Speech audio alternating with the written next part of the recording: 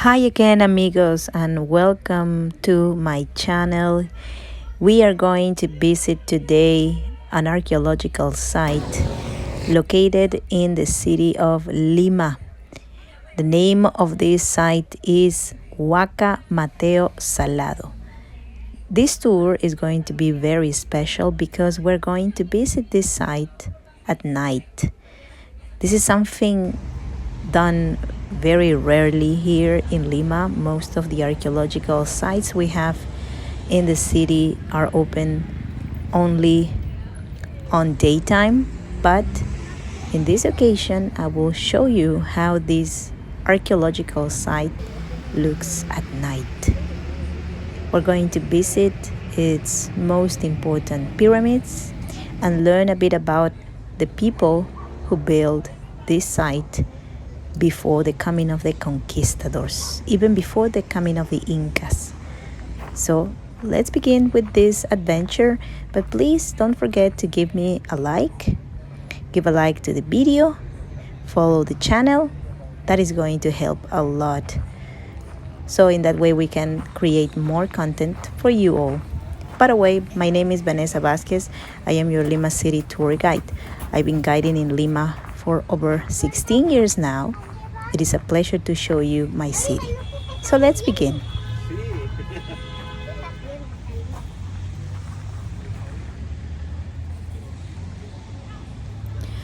Mateo Salado is an archaeological site located in the district of Lima. It is very close to Pueblo Libre and Breña, and it has an area of approximately 16 hectares. It is a really peculiar site, surrounded by a modern city with high towers around and also some low-income neighborhoods. It is a perfect place to learn about the importance of archaeological sites in my city, Lima. The construction of the pyramids within the archaeological site are dated back to the 1100s after that, during the period known as the late intermediate of the pre-Hispanic history of Peru. This building had been used by the Ishmas. This is one of the cultures that we had in Lima before the coming of the conquistadors. The Ishmas ruled this territory until the coming of the Incas from the South Andes during their process of expansion. But we know that the Ishmas continue existing even though the Incas were the rulers of these territories. The Ishmas created amazing temples made on mud or adobe, and Huaca Mateo Salado is one of the best examples of their style. Around the year 1430, when the Incas took over this territory, an Inca trail was added into this location. This can be seen as a way from the Incas to accept the archaeological site and even use it as an important center. We believe it must have been associated also with administration of this zone, but also with religious purposes. So the Inca trail that we have here, which is a very important part of the archaeological site, it is known as Capagnan. We can see in this part of our tour that the temple that we are visiting, which is the biggest we have in the archaeological site, it is made entirely in adobe. We are coming up to the top of the temple through a staircase that is modern. This access to the top was not the original one, and we know that the site that we are now seeing, this big gap that we have in the temple, was made by the looters of this place. Looting has been one of the biggest problems archaeological sites had faced in their history, and this place probably was looted because in this very section there was a ushnu, or a special zone for ceremonies that was addressed as such, and usually the ushnus used to have very important treasures in them. So we are definitely referring to colonial or even republican looting. So the site during those periods, that time, was not protected at all. The view of the city is incredible at nighttime. You can see not just the lights of the city, but also you can imagine in the times when this place was used as an important religious site, that the night probably was clearer, and even the stars were seen from this location. At nighttime, when the Ishmas also contacted their gods, their heavenly gods, maybe the moon, maybe the Apus that reside on the hills, this place had a very, very special value for them, a zone of connection, a zone of rituals. But this is just speculation, of course. The view from here is perfect now in present times because we have the city around, the modern buildings. We can see also the community, the nearby community. And sometimes, of course, when the sky is more clear, Lima tends to have a very gray sky during the daytime, and at nighttime, because of the humidity is high in Lima, we don't see much of the stars, but there are times when we can see the stars. There are parts also that are still a big mystery. For example, here we have these holes in the ground, in the soil, that we don't know exactly how they were used. One theory is that they were used for placing some type of potteries that had magical purposes, but this is just an speculation. And of course, at some point, some sections of this top part of the pyramid were roofed, but we don't know which ones were roofed because everything has been damaged from the original architecture of the site. What also archaeology has been able to find, and this is what we see here, is original traces of color that used to be part of the wall, and not just internally, like in this more private, more sacred section, probably even around the temple. We're seeing here traces of yellow color. So yellow was considered to be also a color associated with the moon and also with the femininity in the pre-Hispanic times. So now we continue also seeing, by the way, the traces of color you see there are original.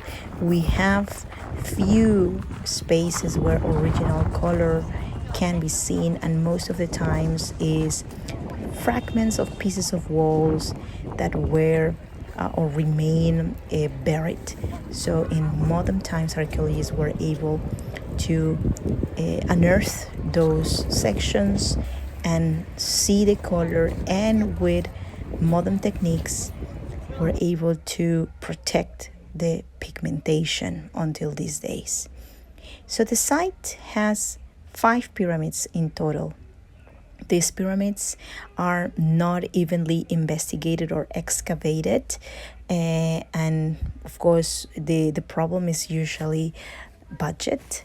We don't have enough budget coming to this archaeological site yet, and we hope also with more international attention to the archaeological site, more people will be able to come, and also more attention from within our local authorities will come. And in the distance, what you see here is a house in the center of the archaeological site. So how is that possible? Well, we have in many archaeological sites still now in the 21st century in Peru, people who are squatting in those zones that are supposed to be protected. So we have here different families, more than a couple of families that are living in the archaeological site, and they are not going out. So it's not so simple really to relocate families. And this is because many of these archaeological sites were public dumps until the present times, until the 1960s, 1970s, 1980s. Like, well, the case of this site. This place was a public dump until not so long ago. We have evidences of that everywhere, but we are also in this moment in a process of rescuing the site. So a constant reminder of that. We have two constant reminders: the presence of squatters living still in this site, and here you can see a fragment of wall that still contains in it traces of trash. Remember, this was a public dump, and as a public dump, well, we have all kinds of material like plastic, glass, fabric. So the archaeologists of the project of, let's say, rescuing the archaeological site have decided to keep this section with the trash, the original trash here, as a reminder of, well, the history of the site and the evolution of this place. By the way, this part of the wall that you're seeing corresponds also to an old sort of like a channel of water for well, some plantations that used to be around the site and within the archaeological site.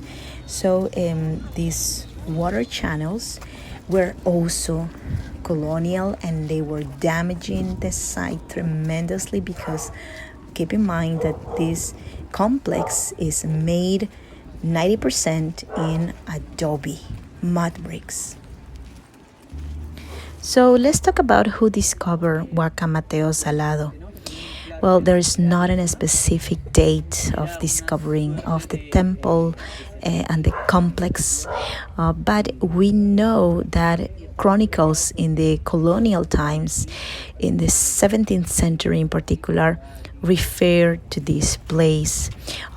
These chronicles mention the existence of this huge site outside the city of Lima. Lima used to be very, very tiny back then, right? So we also know something really interesting about the site. It was the last refuge of a man named Mateo Salado, or Mateo Salade. This man seems that he was Protestant, and he was here in Peru, sort of like in his own campaign of evangelization of the people of this site, because we know that he used to go to plazas, he used to speak up about his faith, and also trying to convert people to his faith, to abandon the worshipping of idols, and well, that's why, unfortunately for him, the Inquisition killed him. We know that Mateo Salado lived in this archaeological site because he couldn't live in downtown Lima. He actually liked his privacy and his solitude, so he came at nighttime to sleep here in the archaeological site, and on daytime he went to downtown Lima, to the markets of downtown Lima, and also to beg some money. So definitely we have the spirit of Mateo Salado walking around these passages every night. The first official studies done to this archaeological site happened on the year 1935 and were made by the so-called father of Peruvian archaeology, Julio César Tello. He made studies in the temple, especially the one we know as Temple A, the biggest temple, the one we saw in the beginning of our tour. And also, he was able to identify several elements and potteries in the site. We now know that we have within the complex Mateo Salado 5 pyramids. Those 5 pyramids are not even within a same enclosed section. One of those pyramids is outside the protected area. It is now in a park, let's say, and that is because in the 60s, 70s, we had a big migration of people to Lima, and many of them were very, very poor people. So they took the areas around the site. Remember, this was just a public dump, so nobody cared of this site, of the state of this site. So therefore, they squatted in this section and they built houses, and they had the priority. Now they are owners of this site. So that's why 5 pyramids, not really in the same closed area, 4 only in an enclosed section, and 1 outside. Of course, that one, the one is outside, is the one in worse conditions.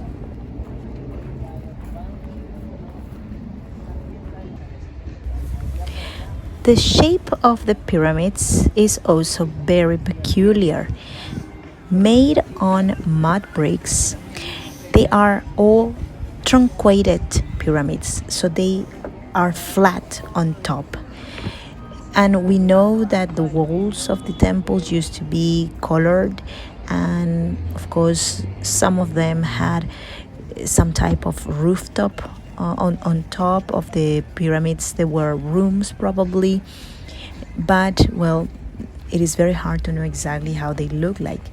What you are seeing here in the pyramids, sort of like what we will consider the exterior part of the pyramids, that looks very uneven. Even a step is not really the way they used to be. Nowadays, we cannot reconstruct the pyramids, and that's why archaeologists are not doing anything to make them look more like how they used to look, because that would be making up things. So what we are trying to do is just give a proper treatment to the site, but what you are seeing here is in fact like sections from within the temple, like sort of like stuffing of the temple, what was inside. Think about, for example, Russian dolls, like, so they probably were more temples within each one of the temples, but well, it will be important, of course, at some point to sort of like use technology that will give us an idea of how those internal temples are. For now, we cannot really tell exactly. We know that the temples used to be much bigger than what you see now, because the exterior layers of the temple have fallen. So they are really the sort of like the soil you see around the pyramid is really the material it used to be part of the wall. And one of the reasons of this damage that you see in many of the temples is not just the modern man or the misuse of the site as public dumps. It is also the earthquakes.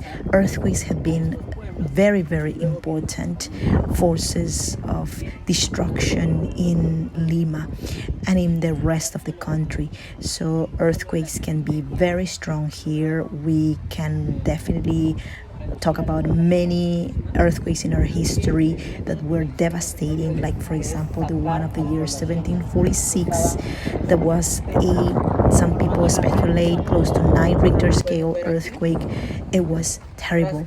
So those are, well, the earthquakes, for example, that one and some other I can mention are earthquakes that were accounted in the times after the conquest. So imagine how many more happened before the conquest that we cannot detail.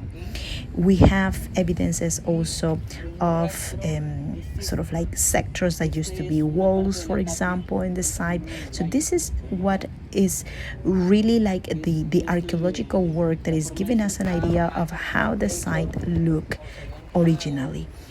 But remember, all of this will at some point take us into a more speculative, let's say, field in which we can have ideas of how the site looked like, but it's very, very difficult to prove exactly if the temple looked like that. So we know that more or less 2 meters away from the wall of the temple, you see, is where the original wall of the temple was. Okay, so I really hope you enjoyed this video, this story, this narration, this story I'm sharing with you about the site. By the way, this place is open to the public several days a week. By the way, this is a miniature representation of the archaeological site for children, so you can come in with the little ones and play there. I am going to leave all the information you need about this museum in the description box of this video. I hope you enjoy this video and, well, that you come to visit this archaeological site when you come to Lima. And also, if you want to learn more about Lima and other beautiful sites in my city, don't forget to see my other videos. See you soon, and, well, until next time.